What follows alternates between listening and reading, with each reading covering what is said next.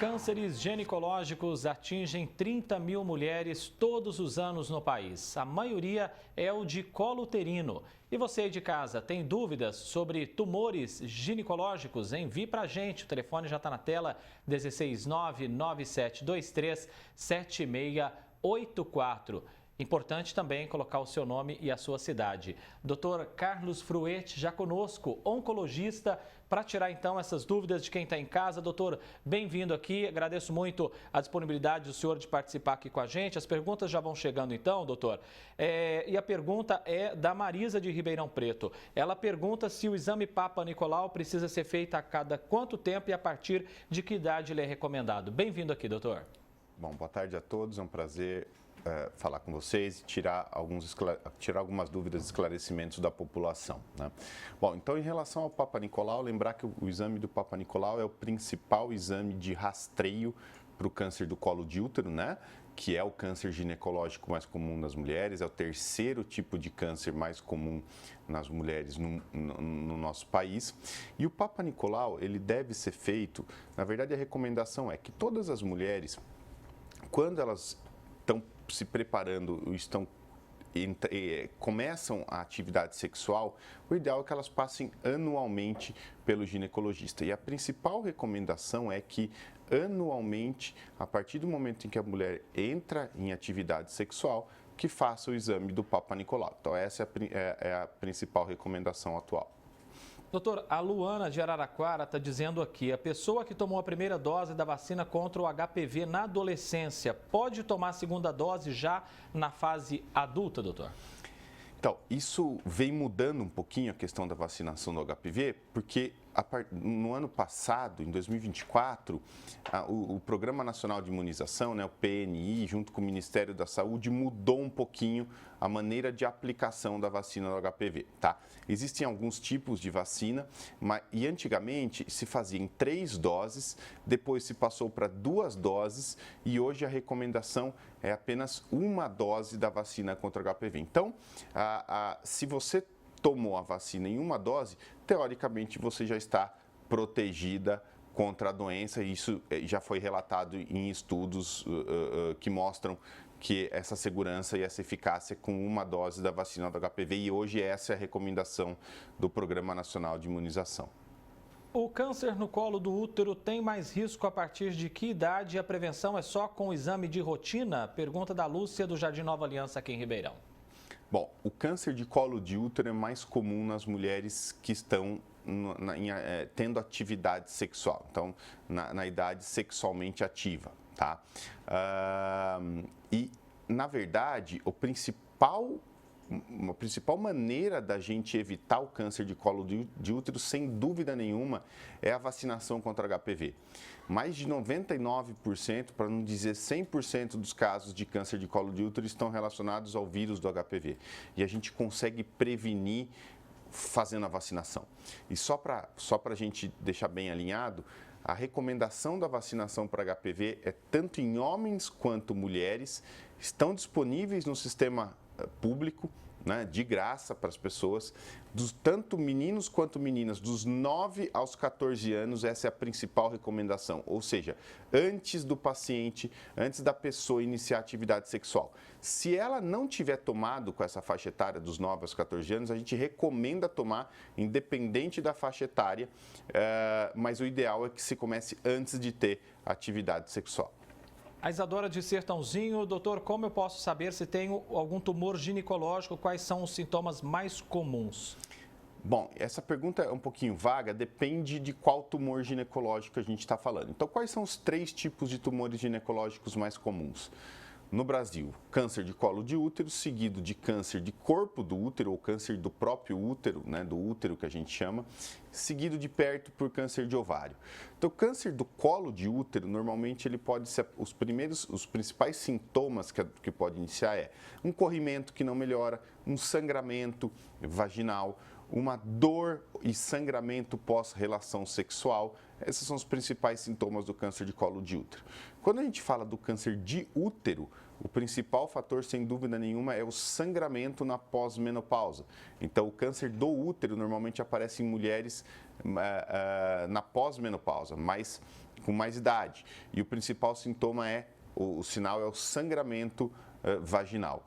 E quando a gente fala do câncer de ovário, ele é um pouquinho mais difícil de se fazer o diagnóstico nas fases iniciais. Então é muito comum descobrir o câncer de ovário numa fase mais avançada, quando a doença já está grande e às vezes até disseminada pelo abdômen. E normalmente o que as mulheres sentem? Aumento do volume abdominal, dor abdominal, alteração no hábito intestinal, quando a doença já está mais avançada, mas basicamente esses são os principais sintomas dos principais cânceres ginecológicos. Arandi está perguntando, não disse a cidade aqui, mas doutor, pode ter alguma complicação numa esterectomia, doutor? A esterectomia é uma cirurgia de retirada do útero, tá? E ela pode ser feita tanto por alterações benignas, como, por exemplo, miomas ou outras afecções que não são câncer, mas também utilizada no tratamento de cânceres ginecológicos, tanto do ponto de vista do câncer de colo de útero, do câncer do próprio útero e muitas vezes do câncer de ovário também é necessário retirar o útero. Quando a gente faz a cirurgia de esterectomia simples, onde a gente vai tirar apenas o útero, normalmente são cirurgias bem tranquilas que podem ser feitas de várias maneiras, pode ser feito via vaginal, pode ser feito via abdominal, através de um corte simples ou através de videocirurgia ou mais atualmente cirurgia robótica. Tende a ser uma cirurgia muito tranquila, sem grandes complicações. É claro que todos os procedimentos cirúrgicos são fadados a complicações, mas o risco de complicação de uma esterectomia simples, apenas a retirada do útero, é bem baixa.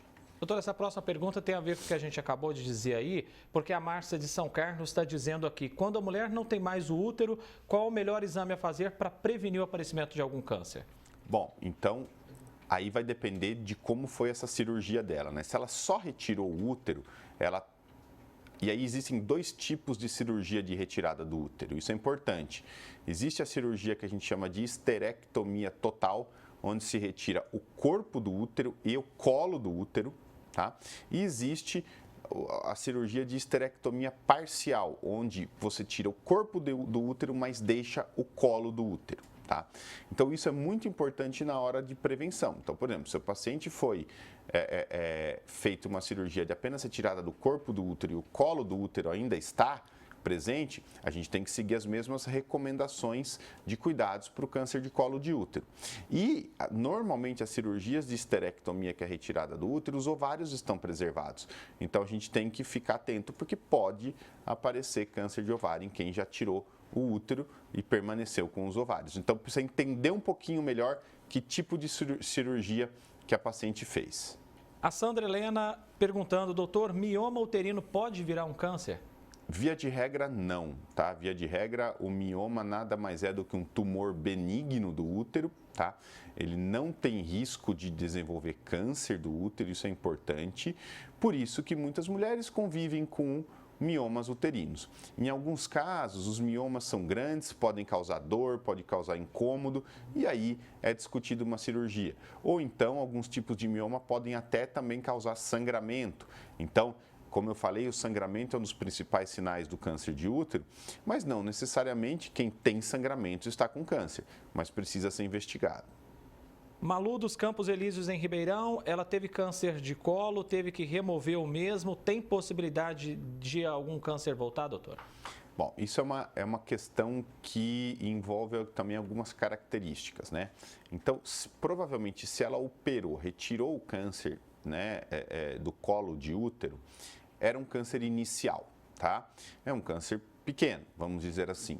Então, a chance de voltar, ela sempre existe. E os principais riscos, a principal época, normalmente é nos 2, 3 primeiros anos após a cirurgia, tá? Isso não significa que depois de 5, 7 anos ele não possa voltar, mas a chance diminui muito. Agora, se a sua doença era pequena, era um estágio bem inicial, a chance de voltar é bem baixa. Bem, não mandou o nome aqui, mas vou fazer a pergunta. Endometriose tem cura, doutor? Tem cura, com certeza. A gente tem dependendo da endometriose, né? Então, lembrar que endometriose não é câncer, então o primeiro ponto é esse, tá? Só que ele pode causar muito desconforto nas pacientes, dependendo de onde tiver os focos da endometriose, tá? O tratamento normalmente é feito por ginecologistas e eles recomendam, às vezes, não fazer nada, só observar, às vezes tratar medicamentoso, normalmente à base de pílulas, né, ou de anticoncepcionais, e em situações mais graves até a abordagem cirúrgica. Então, às vezes as pacientes têm uma endometriose que atinge a parede do intestino, muitas vezes isso é difícil de difícil controle, e aí precisa operar. Mas lembrando que endometriose não é câncer, é uma doença benigna. É isso aí, gente. E no mais é sempre realmente, né, procurar aí o seu médico de confiança, seu médico ginecologista, fazer os exames regulares, né, para você se prevenir, se precaver de qualquer problema futuro. Vou agradecendo aqui muito a disponibilidade do Dr. Carlos Fruetti, que tirou um tempinho para estar aqui com a gente, oncologista, ajudando a sanar as dúvidas. Um abraço e até mais, doutor. Um abraço, estamos à disposição. Muito obrigado, doutor.